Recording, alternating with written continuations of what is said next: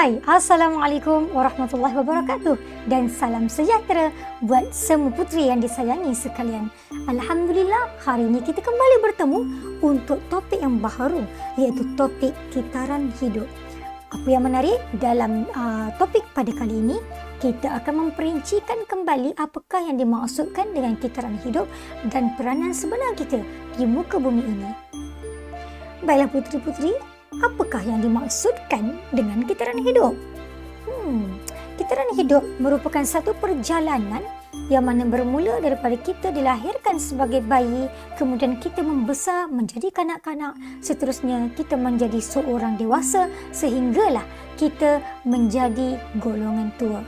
Tetapi puteri, dalam hidup ini, ajal maut jodoh pertemuan adalah di tangan Tuhan. Kita tidak tahu adakah usia kita akan panjang sehingga ke hari tua. Boleh jadi orang muda pun boleh pergi dahulu, mendahului orang-orang yang lebih tua. Jadi puteri-puteri sekalian, kita sebagai orang Islam, kita perlulah menerima takdir yang mana ditentukan oleh Allah Subhanahu Wa Taala, dan terdapat juga takdir yang kita boleh mengubah takdir tersebut dengan usaha kita sendiri. Baiklah, bila kita menyebut tentang apakah peranan utama kita di muka bumi ini, kita perlu melihat kembali kepada nas-nas yang telah diturunkan daripada Al-Quran dan juga hadis Nabi. Sekiranya kita lihat dalam surah, iaitu surah Az-Zariyat, yang mana bermaksud, dan aku, iaitu Allah, tidak menciptakan jin dan manusia melainkan untuk menyembah kepadaku. Itu adalah contoh dalil yang pertama, dan cuba kita lihat contoh daripada dalil surah Al-Baqarah ayat 30 yang mana bermaksud, dan ingatlah ketika Tuhanmu berfirman kepada malaikat, sesungguhnya aku hendak menjadikan seorang khalifah di bumi. Mereka bertanya tentang hikmah ketetapan Allah itu dengan berkata, adakah engkau, ya Tuhan kami, hendak menjadikan di bumi itu orang yang akan membuat bencana dan menumpahkan darah berbunuh-bunuhan? Padahal kami sentiasa bertasbih dengan memujimu dan mensucikanmu. Tuhan berfirman, sesungguhnya aku mengetahui akan apa yang kamu tidak mengetahui.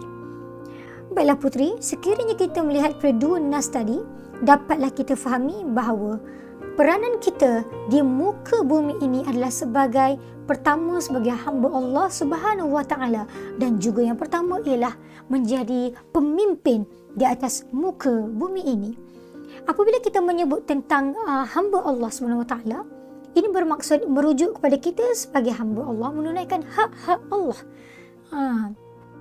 Menunaikan hak-hak Allah ini termasuklah dalam kita menunaikan kewajipan kita sebagai orang Islam. Mana dalam rukun Islam, iaitu kita hendaklah mengakui kalimah syahadah, seterusnya menunaikan solat, berpuasa di bulan Ramadan, mengeluarkan zakat, menunaikan haji bagi yang mampu, serta perkara-perkara lain yang menjadi tuntutan dalam agama. Jadi anak-anak sekalian, anak-anak remaja yang semakin meningkat dewasa ini, sesungguhnya anak-anak perlu menjadi anak yang menjaga diri, yang menjaga agama. Kerana apa? Apabila kita menjadi seorang yang menjaga agama, insya-Allah maruah kita terbela dan juga kita akan selamat di dunia dan di akhirat. Bagi tanggungjawab untuk pembangunan diri termasuklah dengan kita menjadi seorang murid yang menjalankan tanggungjawab dengan baik. Dalam kehidupan kita puteri, anak-anak berperanan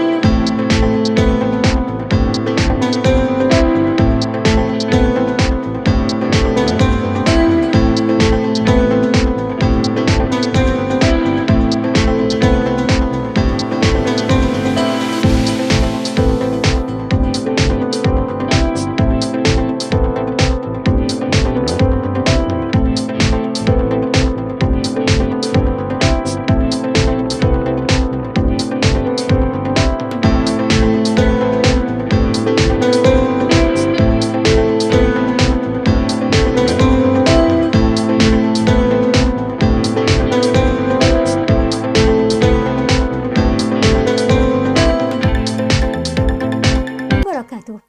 Bye.